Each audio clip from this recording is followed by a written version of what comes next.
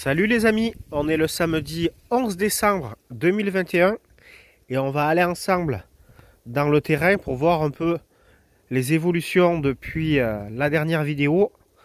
Donc si vous étiez venu il y a 5 jours, ici il n'y avait pas une feuille morte par terre parce que je suis passé avec la tondeuse pour les ramasser et les broyer et je les ai réutilisées au potager pour m'en servir de paillage et en même temps d'amendement. Donc là on voit que le mûrier platane a perdu énormément de feuilles.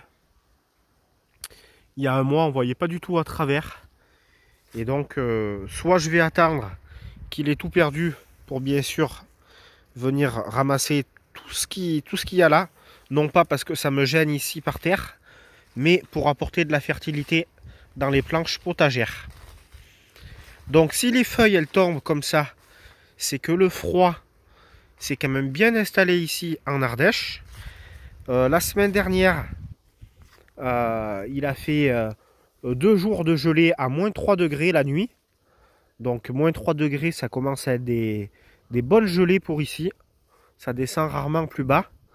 Mais du coup, ça a grillé des végétaux qui supportent pas le gel. Comme par exemple ici, on voit au milieu des tomates et des blettes, des plants de pommes de terre qui avaient repoussé, que j'avais oublié.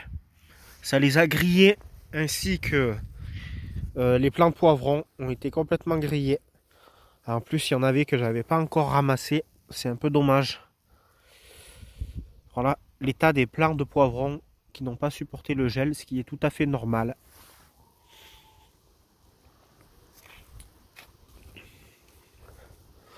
Voilà une partie donc des feuilles mortes broyées. Voilà ce que ça donne une fois broyé. Et donc voilà, je mets ça sur le sol et ça vient super bien le nourrir. Et au fur et à mesure que c'est décomposé, ça vient améliorer la structure du sol. Voilà, donc je renouvellerai l'opération avec les feuilles mortes qui se trouvent là-bas. Donc l'arrivée du froid, ça a aussi tué les plants de poires de terre, aussi appelés yacons. Et donc je vous avais promis voilà, qu'on les avait plantés ensemble, on les a vus évoluer depuis le mois de mars-avril environ. Et donc là, on va aller voir tout de suite ensemble la récolte. Donc on y va tout de suite. Donc la récolte comestible, elle se situe ici. Et ça, c'est la récolte des futurs plants de yacon que j'ai multipliés. Donc on va commencer par ce qu'on va manger. Voilà, donc vous voyez que ça ressemble beaucoup à la patate douce. Mais c'est pas le même légume. Voilà, ça fait des tubercules quand même assez jolis. Alors au niveau de la quantité, enfin il y en a des plus petits, hein, vous voyez quand même.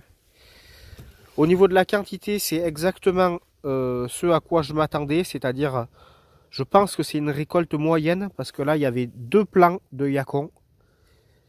Donc, ce que je vais faire, je vais changer ma stratégie pour l'année prochaine.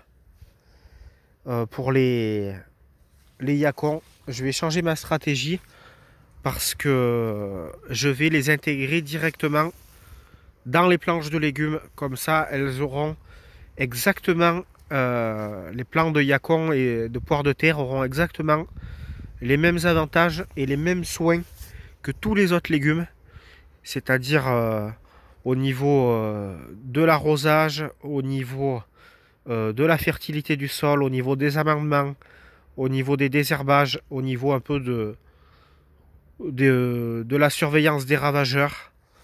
Voilà, même si ils n'ont pas du tout été embêtés par les ravageurs, mais voilà, c'est pour vous dire que je change de stratégie parce que je pense qu'avec 2 plants, d'après les informations que j'ai trouvées sur internet, je dois pouvoir arriver à faire une encore bien meilleure récolte que celle-ci Donc c'est pas grave. Il y a quand même à manger. Et surtout, j'ai appris. Donc on essaiera de faire mieux l'année prochaine. Et donc, comme prévu, j'ai récupéré donc les racines, donc qui se situent juste, ça c'est vraiment en dessous, et puis juste en dessus de ça, mais quand même dans la terre, ça fait comme en fait des racines, des bulbes que j'ai divisés. Donc il y avait 2 plants, et là j'en ai fait, comme vous le voyez, 4 plus un petit bonus avec un petit morceau de racine qui était tombé. Donc je vais voir si même avec un petit morceau ça repart. Donc ça c'était à la cave, je les ai sortis pour vous montrer. Mais là ça va repartir dans la cave et ça va rester dans la cave jusqu'au printemps. J'ai pas du tout arrosé le terreau pour pas que ça pourrisse. Et donc on va voir un peu comment ça évolue. Je vous tiendrai au courant si je peux produire moi-même mes propres plants de poires de terre. En tout cas, c'est l'objectif. Et puis, quand on les aura mangés, je pourrai vous dire un peu ce que ça vaut gustativement. En tout cas, normalement, ça se conserve très très bien à la cave pendant plusieurs semaines, voire plusieurs mois. Là, j'avais commencé à faire le tri dans mes plants de jeunes arbres. Il y a du chêne, du laurier sauce, du châtaignier. Tout ça, je vais l'évacuer. Je vais le planter quelque part sur la commune. Parce que je veux leur laisser leur chance à ces petits arbres. Je veux pas les laisser mourir. Mais en même temps, je peux pas les accueillir sur mes terrains. Parce que la place commence à manquer en termes d'arbres. Et je privilégie les arbres fruitiers. Voilà, par rapport aux évolutions, par rapport à la semaine dernière, à la dernière vidéo, donc qui était il y a 2 semaines, ça y est, j'ai fini de complètement évacuer le tas de bois. Donc je vous rappelle, là, il y avait un gros tas de bûches. Et là, il y avait un gros tas de petites branches, mais qui pouvaient faire ouais, jusqu'à 2-3 mètres de longueur. Donc là, j'ai remonté ma haie morte, ici. Je l'ai remontée. Et j'ai nettoyé un peu tout ça. Voilà, donc ça faisait à peu près 10 mois qu'il y avait ce tas de bois ici en plein milieu. C'était donc suite à la taille du gros mûrier platane. Que là, je lui avais fait vraiment la plus grosse taille que je lui avais jamais fait en 7 ans. Là, ça se rapprochait plus d'un élagage que d'une taille parce que je devais réduire la circonférence alors que chaque année, je ne réduisais pas la circonférence. Voilà, donc là, ben, le cycle continue. J'ai fini le tas, mais dans quelques semaines, quand il n'y aura plus de feuilles ici, je pourrai recommencer à tailler le mûrier platane. J'en ai profité donc pour tailler le cerisier. Voilà, je vous avais déjà parlé de ce cerisier qui avait un gros déséquilibre. Et grâce à mon ami David, arboriculteur, j'avais trouvé les solutions grâce à lui pour le rééquilibrer. Mais ça prendra du temps. Voilà, j'ai taillé également un petit peu, mais il n'y avait pas trop de boulot. Parce que je le fais tout au long de l'année. Le prunier. Et là, il y a un changement aussi. Je ne sais pas si vous vous rappelez, ici il y avait un carré potager. Donc je l'ai détruit. La terre que vous voyez là, c'est la terre qu'il y avait à l'intérieur du carré potager.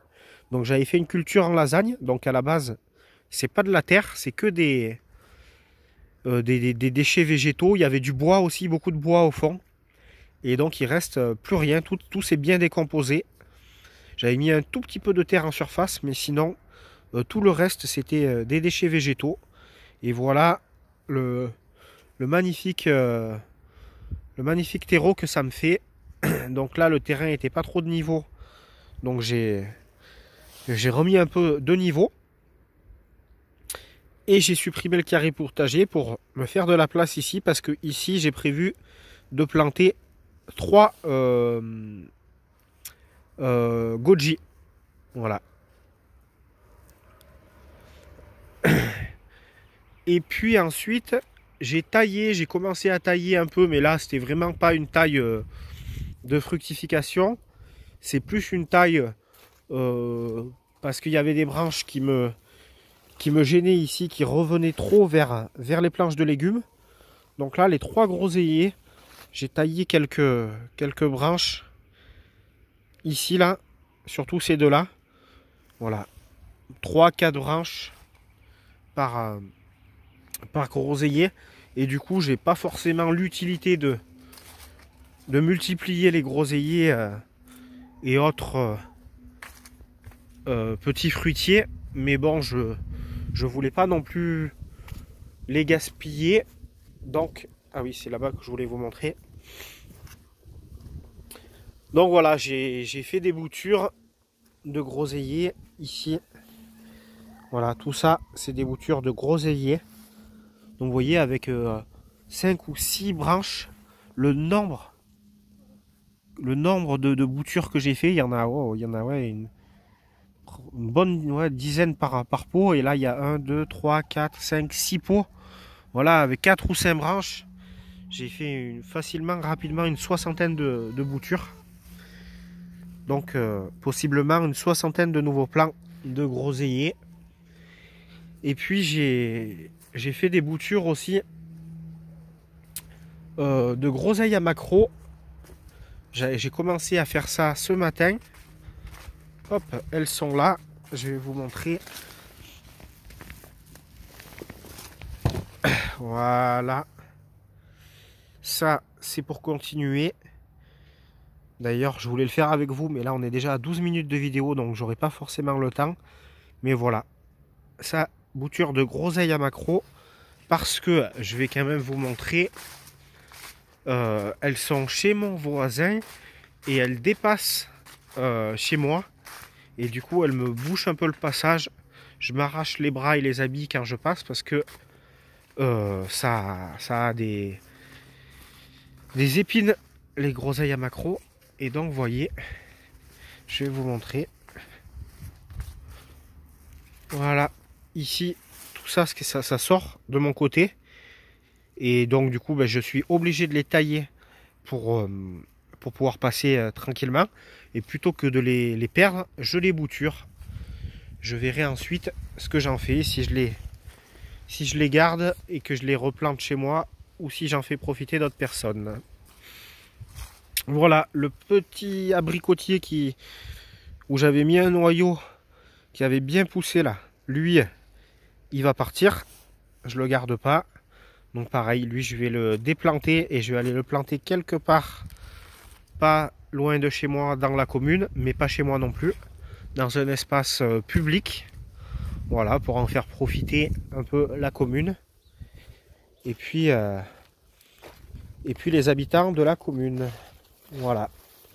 Comme ça, je reboise la commune gratuitement. Voilà les amis, on est déjà à 13 minutes de vidéo. J'espère que vous allez bien. Je vous souhaite un excellent week-end. Et puis, je vais aller peut-être continuer à travailler ou me remettre au chaud. On verra.